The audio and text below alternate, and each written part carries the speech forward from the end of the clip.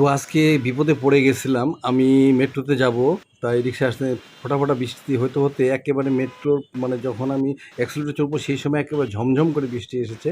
আপনারা দেখুন কি বৃষ্টির পরিস্থিতি। তো আমি আপনাদেরকে দেখাচ্ছি যে কত বৃষ্টি আসছে, কিন্তু আমি এদিকে একটু ভয়ে আছি। এই কারণে যে প্রথমত হচ্ছে মেট্রো বৃষ্টি ঝড় হলে মেট্রো কিন্তু স্টপ হয়ে যায়। তো আল্লাহ ভরসা কী হয়। আর আরেকটা জিনিস হলো যে নামার পরে যদি এই বৃষ্টিটা থাকে তাহলে আমার কাজ করতে অনেক দেরি হবে, বের হতে অনেক দেরি হবে, এবং কারণ মতিঝিল ডুবে গেলে অনেক সমস্যা। কারণ ওখানে এত জ্যাম আর এত রিক্সায় চললেও কিন্তু 10 মিনিট 20 মিনিট দাঁড়িয়ে থাকতে হয়। যাই হোক, আমার কাছে ছাতা ছিল। আনফর্চুনেটলি আমি কোনো বিপদে পড়ি নাই। তো অবশেষে আমি আপনারা দেখুন যে মেট্রোর কিন্তু এখন আজকে এই সময় কিন্তু প্রচণ্ড ভিড় থাকে, কিন্তু সেরকম ভিড়ের কোনো ছিটেফোঁটাও দেখছি না। হালকা মানে মেট্রো মনে হয় কেবলই একটা আসলো, কারণ একটার পর একটা তো মেট্রো আসেই যায়। তো যাই হোক, তো আমি অবশ্যই আসতে পেরেছি, এটা আমার খুব ভালো লাগছে যে মেট্রো স্টেশনে আসার পর বৃষ্টিটা আসলো। তো আল্লাহ ভরসা। তো দেখুন আমি এখন যাচ্ছি, আর দেখেন একেবারে ফাঁকা, মানে লোকে নাই বলতে চলে। তো দেখা যাক মেট্রোটার কী অবস্থা, আর মেট্রো চলতেছে কি না। অনেক ভয় কাজ করতেছে। তো দেখুন প্ল্যাটফর্মে একেবারে লোকই নাই, দু একজন লোক আছে আর টিকিট কাটতেছে। আর আমার তো কার্ড, তো কার্ড থাকা একটা সুবিধা হলো এটাই যে পাঞ্চ করে চলে যাওয়া যায়। আর ইদানিং কিন্তু কার্ড বন্ধ করে দিয়েছে, সাপ্লাই দিতে পারতেছে না, তাই টিকিট মানে কাটতে হয়। তো এই যে আমি পাঞ্চ করলাম, অবশেষে আমি ঢুকে পড়লাম। তো আসলে আমি খুব জোরে হাঁটে আসাতে আমি একটু অসুস্থ বোধ করতেছি। আজকে কেন জানি শরীরটা একেবারে ভালো নাই। কালকে রাত্রি থেকে জ্বর ভাব। তো মানে কোনো কিছু এনার্জি নাই, আর খেতেও পারলাম না। মোটামুটি কোনো রকম বাসায় খেয়ে আমি রওনা হলাম। তো আমি আজকে হেঁটে উঠবো না, কারণ যদিও খেয়ে এসেছি, আমি কিন্তু একটু হাঁটাচলা করি, কারণ যেন ডাইজেস্টটা ঠিকমতো হয়। কিন্তু আমি মানে লিফটেই যাব। তো যাই হোক, বললাম না একেবারে ফাঁকা, লোকজন একেবারে নাই। তাই লিফটে অনেক কাকেও শেয়ার করতে হইলো না। তো ঠিকমতো আমি লিফটে চড়ে পড়লাম। তো অবশেষে লিফট নেমে যাব লিফট থেকে। তো দেখা যাক মেট্রোর কী অবস্থা। দোয়া করবেন যেন মেট্রো রেলটা পাই, কারণ বন্ধ হয়ে গেলে বা লেট হলে আমারও লেট হয়ে যাবে। আসলে এটাই আমাদের একমাত্র বাহন হয়ে গেছে এখন, কারণ এখান থেকে মধ্যে যাওয়া যে কী অবস্থা, 1 ঘন্টা 1.5 ঘন্টা লেগে যেত। তো অবশ্যই মেট্রো রেল স্টেশনে চলে আসলাম। তো দেখুন ফাঁকা, একেবারে লোকই নাই। এরকম পরিস্থিতি কিন্তু কখনো হয় না, কারণ বৃষ্টির জন্য সবাই আটকে গেছে রাস্তায়, যে যেখানে আটকে আছে আসতে পারেনি। আনফর্চুনেটলি আল্লাহ আমাকে সাহায্য করেছে, তো আমি চলে আসতে পেরেছি। তো ওই সাইডের প্ল্যাটফর্মও ফাঁকা। দেখেন এখন মেট্রো রেলটা আসবে, 4 মিনিট বাকি আছে। তো ওইটা সবসময় আগে আসে আর এটা একটু পরে আসে, কারণ এটা গিয়ে তো মতিঝিলে পৌঁছাবে।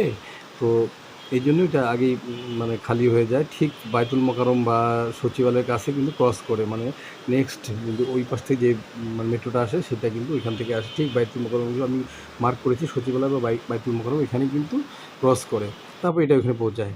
তো দেখুন আমি একটু চেষ্টা করতেছি দেখানোর সব কিছু, যে ফাঁকা কী অবস্থা। আর ওই মাস্ক ইদানিং পরতেছি এই কারণে যে ইদানিং করোনার মানে ছিটেছাটা বা ফ্লু হওয়ার জন্যে মানে খুবই জরুরি, কারণ সর্দি কাশি মানুষের ইয়া থেকে জীবাণু ছড়ায়, কিন্তু আমার আর কি ছড়াবে, এখন আমিই ছড়াবো। আমি যদি ছড়াতে না পারি, এই জন্যেই আমি মাস্ক পরেছি।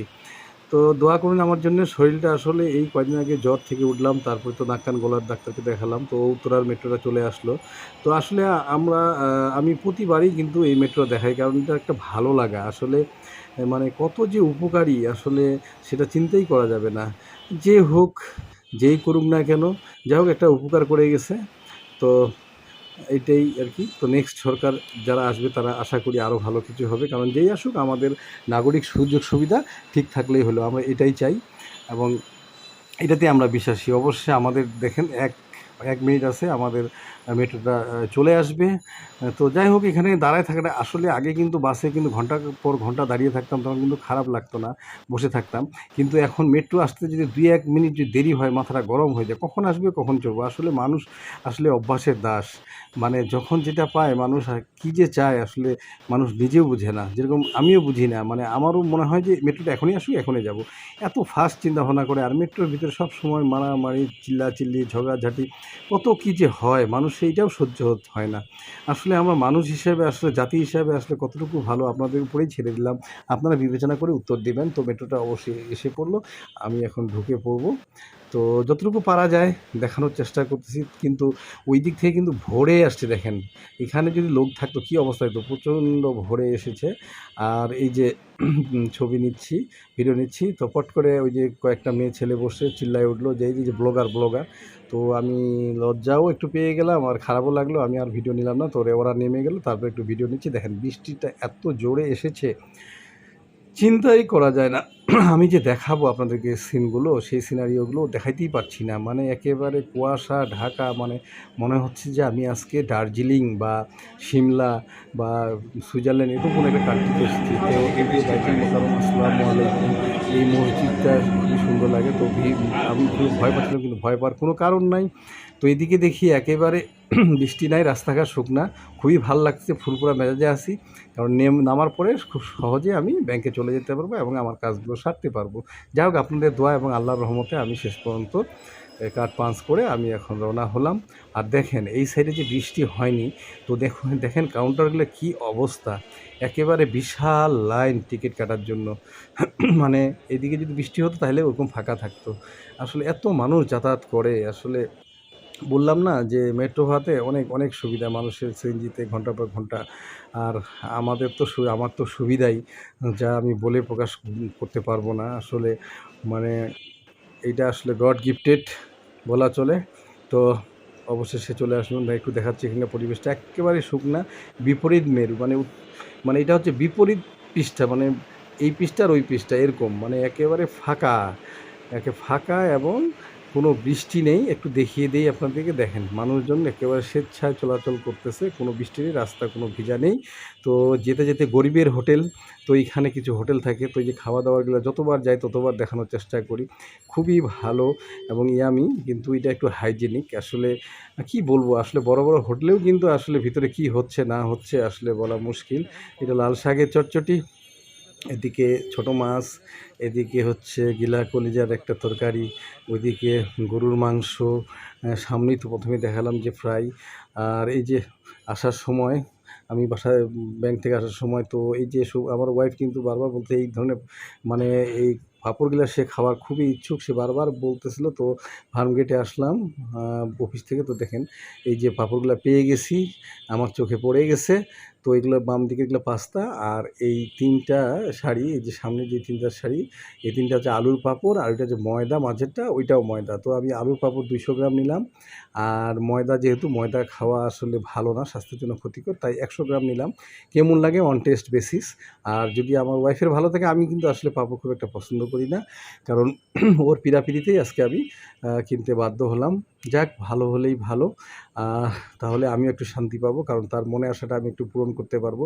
আসলে জীবনে আসলে একটা জিনিস আমি বলে রাখি, সবাই যদি সবার মনের আশাগুলো পূরণ করতে পারে, বা আমি বিশেষ করে চিন্তা করি যদি করতে পারি, আমার খুবই ভালো লাগে।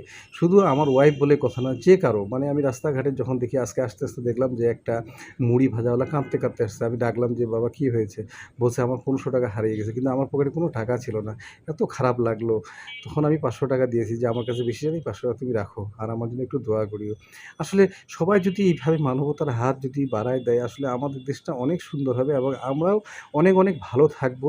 কিন্তু আমরা কেমন জানি হয়ে যাচ্ছি, যান্ত্রিক হয়ে যাচ্ছি। আসলে আমাদের জীবনটা একেবারে অপরিকল্পিত হয়ে যাচ্ছে। আগের মতো মানুষ আর নেই। এই যে ইক্ষু, এটা আমি দেখালাম এই কারণে যে গ্রামগঞ্জে আমরা ছোটোবেলায় অনেক ইক্ষু দেখেছি, তো আজকে পাইলাম, তো আপনাদেরকে দেখালাম।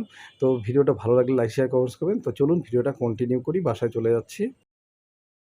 তো আজকে অনেকদিন পর আবার বৃষ্টি আসছে, প্রচণ্ড গরম হয়েছিল, আর মানে পরিবেশটা একেবারে গুমোট হয়েছিল।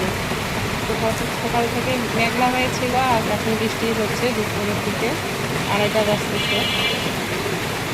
বৃষ্টি আসলে যে বাইরে যারা যাবে কোনো কাজে, সেই জন্য খুবই কষ্ট, যাতায়াত করতে কষ্ট। কিন্তু এমনি পরিবেশটা ভালো থাকে বৃষ্টি হলে, মাঝে মধ্যে একটু বৃষ্টি হলে ভালোই লাগে। আর বৃষ্টি কিন্তু আমার খুব ভালো লাগে দেখতে। তো আপনাদের সঙ্গে একটু শেয়ার করলাম। একটু আগে বৃষ্টি হচ্ছিলো, দেখুন কতটা পানি জমে গেছে রাস্তার সামনে। এই বাড়ির সামনে এরকম একটা অবস্থা হয়ে গেছে। সবার কি অবস্থা খারাপ। বাজার নিয়ে আসলো, বাজার বলতে এখন অফিস থেকে ফিরলো, তো নিয়ে আসে এখন স্পেশাল জিনিস দেখাই আপনাদেরকে। এই দেখুন, এটা হলো ঢেঁকি শাক। ঢেঁকি শাক বলে এই শাকটা কিন্তু সহজে পাওয়া যায় না, মন চাইলে কিনা যায় না। তো দেখতে পেয়ে নিয়ে আসছে ঢেঁকি শাক, দেখালাম না। আর পাঁপড় আনতে বলছেন, এই ধরনের পাঁপড়গুলো বলতে আলুর পাঁপড়, আর এই পাঁপড়গুলো তো সবাই জানেন।